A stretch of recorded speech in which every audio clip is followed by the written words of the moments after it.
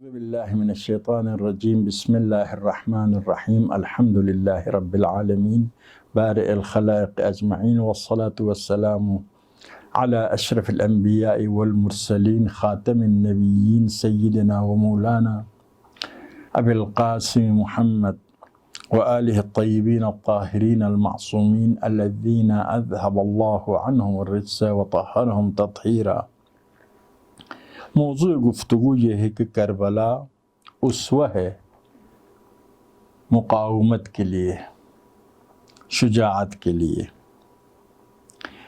کربلا کے قیام کا جبکہ امام جانتے تھے میں شہید ہو جاؤں گا، اس کے باوجود امام اپنے آپ کو کامیاب سمجھتے تھے۔ اس کا مطلب یہ ہے کہ مقاصد قیام کربلا کچھ اس طرح سے تھا کہ شہادت کے باوجود، اسیری کے باوجود امام کامیاب تھے۔ جب آپ مکے سے نکل رہے تھے اور جو خط لکھا بنی ہاشم کو، اس میں یہی لکھا کہ من لحق بنا استشہد ومن تخلف لم يبلغ الفتح، جو ہمارے کاروان میں شامل ہو جائے گا، ہمارے ساتھ کربلا جائے گا، وہ شہید ہو جائے گا، اور جو تخلف کرے گا، جو نہیں جائے گا، وہ کامیابی کے ساتھ ہمکنار نہیں ہوگا، وہ کامیاب نہیں ہوگا۔ یہ امام کا فرمان۔ دوسرے فرمان میں اسے مقام پر فرمایا خط الموت علی ولد آدم مخط القلاد فی جید الفتاد، موت فرزند آدم کے لیے اتنا زینت بخشے جس طرح سے ایک جوان لڑکی کے گردن میں ہار زینت بخش، قلادت زینت بخش۔ وما اولہنی الی اسلافی، میں مشتاق دیدار ہے آبا ہوں، اجداد ہوں، اپنے بابا، اپنی والدہ، اپنے نانا کے دیدار کا مشتاق ہوں، جس طرح سے یوسف مشتاق دیدار یعقوب ہے۔ وما اولہنی الی اسلاف اشتیاق یعقوب الی یوسف، جس طرح سے یعقوب مشتاق تھے دیدار یوسف کے۔ کأنی بأوصال تقطعها، گویا میں دیکھ رہا ہوں ابھی سے کہ میرے گردن کے رگوں کو کچھ بیڑیے کاٹ رہے ہیں صحرائے کربلا میں۔ کأنی بأوصال تقطعها اسلان الفلوات بین النواویس و کربلا۔ تو آپ دیکھ رہے ہیں یہاں پر امام جانتے شہید ہو رہے ہیں، لیکن اس کے باوجود آپ اپنے آپ کو کامیاب سمجھتے ہیں۔ تو اہداف حسینی کو سمجھنا ہوگا۔ اہداف قیام حسینی متعدد ہے، ان میں سے ایک یہ ہے کہ امام حسین اسوہ پیش کرنا چاہتے تھے پوری دنیا والوں کے لیے، اہل عالم کے لیے نمونہ عمل پیش کرنا چاہتے تھے، رہتی دنیا تک آنے والے انسانوں کے لیے نمونہ عمل پیش کرنا چاہتے تھے حسین۔ کیسا نمونہ عمل کا سب سے زیادہ اثر ہوتا ہے انسان کی زندگی میں، باتوں سے زیادہ کردار کا اثر زیادہ ہوتا ہے، اور خصوصاً وہ کردار اگر غم کی شکل میں ہو تو بہت ہی زیادہ اثر انداز ہوتا ہے۔ یعنی باتوں سے زیادہ کردار کا اثر، اور کردار اگر غم کی شکل میں ہو اس کا اثر زیادہ ہو جاتا ہے۔ تو حسین کردار پیش کرنا چاہتے تھے، ایسا کردار جس میں مصیبت، ایسی مصیبت ہے جو تاریخ میں جس کی مثال نہیں ملتی۔ پاک ترین انسان، عظیم ترین انسان، پاک ترین ہستیاں، عظیم ترین ناموس نے عظیم ترین قربانی پیش کی جس کی مثال تاریخ میں نہیں ملتی۔ یہی وجہ تھا کہ مدینے سے نکلتے وقت، پھر مکے سے نکلتے وقت جب پوچھا گیا تو آپ نے یہ فرمایا ان اللہ شاء ان یرانی قتیلا وشاء ان یراہ النصبایا، خدا چاہتا ہے کہ میں شہید ہو جاؤں اور میری اہل بیت اسیر ہو جائے۔ اسوہ پیش کرنا ہے، اسوہ۔ خود حسین نے فرمایا وَلَكُمْ فِيَّ اسوہ، جب لشکر حر سے ملاقات ہوئی، خطبہ دیا، اس خطبہ میں یہی فرمایا وَلَكُمْ فِيَّ أُسْوَةٌ، اے اہل عراق، اے اہل کوفہ، اے انسانوں، تمہارے لیے میری ذات گرامی نمونہ عمل ہے۔ میری ذات گرامی میں کیا ہے؟ نمونہ عمل تمہارے لیے ہے۔ ایک داستان ہے معروف، وہ داستان یہ ہے کہ ایک تاجر ہندوستان تجارت کے لیے جا رہا تھا، عرب علاقوں سے مثلا جا رہا تھا، تو گھر کے ہر آدمی سے، ہر فرد سے پوچھا تم کیا چاہتے ہو، کس قسم کے تحفہ چاہتے ہو۔ ہر ایک نے اپنے خواہش کا اظہار کیا، تو گھر کے طوطا نے کہا میری بھی ایک خواہش ہے۔ کہا کیا ہے؟ کہا کہ بولنے والا طوطا تھا، کہا کہ ہندوستان میں طوطا بہت ہے، ان کو میرا سلام پہنچا دے۔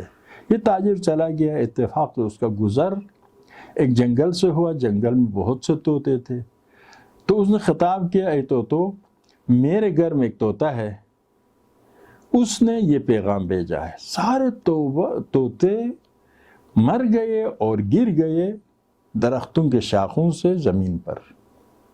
بہت پریشان ہوا، بہت پشیمان ہوا کہ میں نے یہ واقعہ سنایا، یہ سلام سنایا، سب مر گئے، اتنے طوطے مر گئے۔ چلا گیا، واپس جب پہنچا تو گھر کے ہر آدمی کو تحفے تحائف دیے، اور طوطا نے پوچھا میرا کیا ہوا؟ کہا کہ میں نے تمہارا پیغام پہنچایا تو سب مر گئے۔ تو یہ خبر سن کر وہ طوطا بھی مر گیا پنجرے کے اندر۔ تو تاجر پریشان ہو گیا، اس نے پنجرے کا دروازہ کھول دیا تو طوطا اڑ کر چلا گیا سامنے درخت پر۔ تو تاجر نے پوچھا وجہ کیا ہے؟ کہا کہ ہمارے طوطے مجھے پیغام دینا چاہتے تھے کس طرح سے میں اپنے آپ کو آزاد کرا سکتا ہوں۔ اب اس کے لیے اتنے دور علاقے سے زبانی اگر پیغام دیتا تم مجھے نہیں پہنچاتے، یقیناً تم نہیں چاہتے تھے میں آزاد ہو جاؤں، تو اسی لیے عملی پیغام پہنچایا، اپنے آپ کو مردہ بنا کر زمین پر گرایا تاکہ عمل کی شکل میں مجھے پیغام پہنچا سکے۔ تو اسوہ یہی ہے، کربلا میں حسین نے عمل کی شکل میں پیغام پہنچایا پوری دنیا والوں کو اور پوری تاریخ والوں کو، رہتی دنیا تک کے انسانوں کو، کہ اگر سب سے بڑی طاقت نے فیصلہ کیا ہے دین کو ختم کرنا، یزید کیا کہا؟ لعبت ہاشم بالملک فلا خبر جاء ولا وحی نزل، بنی ہاشم نے حکومت کے ساتھ کھیل کھیلا ہے، ورنہ کوئی وحی بھی نہیں آئی ہے، نہ کوئی خبر آسمان سے آئی ہے۔ وہ پہلے ہی سے مسلمان نہیں تھا، وہ بدر کے اپنے مردوں کے بارے میں کہتا تھا میں اپنے بدر کے مردوں کے انتقام آل احمد سے لیتا ہوں، آل محمد سے لیتا ہوں۔ تو یزید اس قسم کے افکار، اس کے بہت سے اشعار بتا رہے کہ یہ بالکل مسلمان نہیں تھا، اب اسلام سے انتقام لینا چاہتا تھا۔ خلاصہ ایک حکمران ایسا ہے کہ دین کو نابود کرنا چاہتا ہے۔ فرض کرو مسلمان ہے، کچھ ممکن لوگ کا ہے کہ یزید مسلمان تھا، مسلمان ہے لیکن اس کے دین اسلامی اصولوں کے ساتھ نہیں ٹکراتا ہے، اصولوں کے ساتھ ٹکراتا ہے، ٹکرانے کی وجہ سے دین کو نابود کرنا چاہتا ہے۔ سابقہ ادیان کو بھی انہی ادیان کے ماننے والوں نے نابود کیے، کسی اور نے نابود نہیں کیا، منافقین نے نابود کیا، ماننے والے مفاد پرستوں نے نابود کیا۔ تو اسی لیے سب سے بڑی طاقت دین کو نابود کرنا چاہتا ہے، اور دینداروں کے پاس بہت سے دیندار احساس ذمہ داری نہیں کرتے ہیں، بہت سے ان کو خطر کا احساس نہیں ہوتا ہے، اور بہرحال کوئی اٹھتا نہیں ہے، کوئی آواز بلند نہیں کرتا ہے، اور دین کے دشمن کو دین نابود کرنے کے لیے کھلا میدان دیا ہے۔ ایسی صورت میں کیا کرنا پڑے گا؟ کہیں گے بھائی ہمارے پاس طاقت نہیں ہے، اس طاقت کے ساتھ لڑنے کا، مقابلہ کرنے کی طاقت ہمارے پاس نہیں ہے۔ تو اس کا راہ حل کیا ہے؟ حسین پیش کرتے تم مزاحمت کرو، تم استقامت کرو، تم مقابلہ کرو، دشمن کو سکون کے ساتھ بیٹھنا نہ دو۔ اگر زندہ رہ کر دشمن کو شکست نہیں دے سکتے ہو تو خون دے کر دشمن کو شکست دے سکتے ہو۔ اگر دشمن کو جسمانی لحاظ سے قتل نہیں کر سکتے ہو تو روحانی لحاظ سے دشمن کو قتل کر سکتے ہو۔ دشمن کی حکومت کو گردنوں سے نہیں اٹھا سکتے ہو تو دلوں سے دشمن کو نکال سکتے ہو۔ ایک قسم کے کیا مزاحمت کا، استقامت کا، مقاومت کا درس دیا حسین نے۔ اگر آپ ایسا کریں گے دشمن جرأت نہیں کریں گے۔ ایک بیوقوف دشمن نے جرأت کی تو دوسرا جرأت نہیں کرے گا، کیونکہ دشمن جب سمجھتا ہے میں جتنا دین کے خلاف سازش کروں کوئی جواب دینے والا نہیں ہے تو سازش کرے گا، لیکن اگر سمجھے کہ میں اگر سازش کروں جواب ملے گا تو وہ بھی اتنی جرأت نہیں کرے گا۔ دین کی حفاظت آپ کر سکتے، اسی لیے کربلا کا پیغام یہ ہے، دین کے خلاف ہر سازش کے ساتھ، ہر دشمنی کے ساتھ مقابلہ کرو، اگرچہ وہ دشمن طاقتور کیوں نہ ہو، کیونکہ کامیابی بعض اوقات عسکری کامیابی ہوتی، بعض اوقات مقصد کی کامیابی ہوتی ہے۔ حسین کو عسکری کامیابی نہیں ہوئی لیکن مقصد کی کامیابی ہوئی۔ قتل حسین اصل میں مرگ یزید است۔ حسین کو کیا ہوا؟ مقصد کی کامیابی ہوئی، یزید مار دیا گیا معنویت کے لحاظ سے۔ مقصد حسین کو کامیابی ابدی ملی، یزید کو چند دن کی کامیابی ملی ظاہری، حسین کو ابدی کامیابی۔ قیامت تک ہم یزیدیت کو شکست دینے کے لیے کربلا سے استفادہ کر سکتے ہیں، اور عزاداری یہی ہے کربلا کو، عاشورہ کو زندہ رکھنے کے لیے۔ بعض اوقات کسی آپ کی تحریک کا نتیجہ فوری نہیں ملتا ہے، لیکن دیر رس نتائج بہت حاصل ہوتا ہے۔ قیام حسینی کے نتائج بہت دیر رس ہے، حتی کامیابی امام زمانہ بھی قیام حسینی سے مربوط ہے۔ قیام حسینی کے پل کے ذریعے امام زمانہ کے انقلاب کامیاب ہو جائے گا۔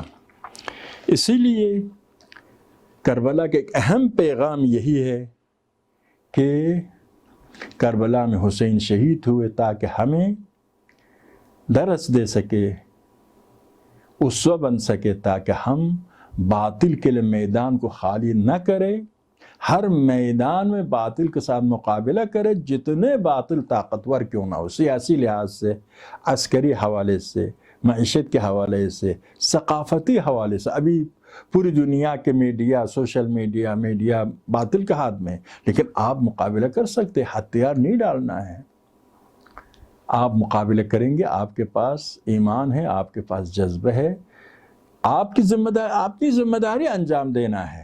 مدد خدا کرے گا، مدد خدا کرے گا، ہمیں اپنی ذمہ داری انجام دینا ہے۔ یہ کربلا کا پیغام ہے۔ کب تک انجام دینا ہے؟ جب تک جان موجود ہے، اور خون دے کر بھی اگر پیغام کو کامیاب کرا سکتے، پیغام کو کامیاب کرانا ہے۔ وآخر دعوانا ان الحمد للہ رب العالمین۔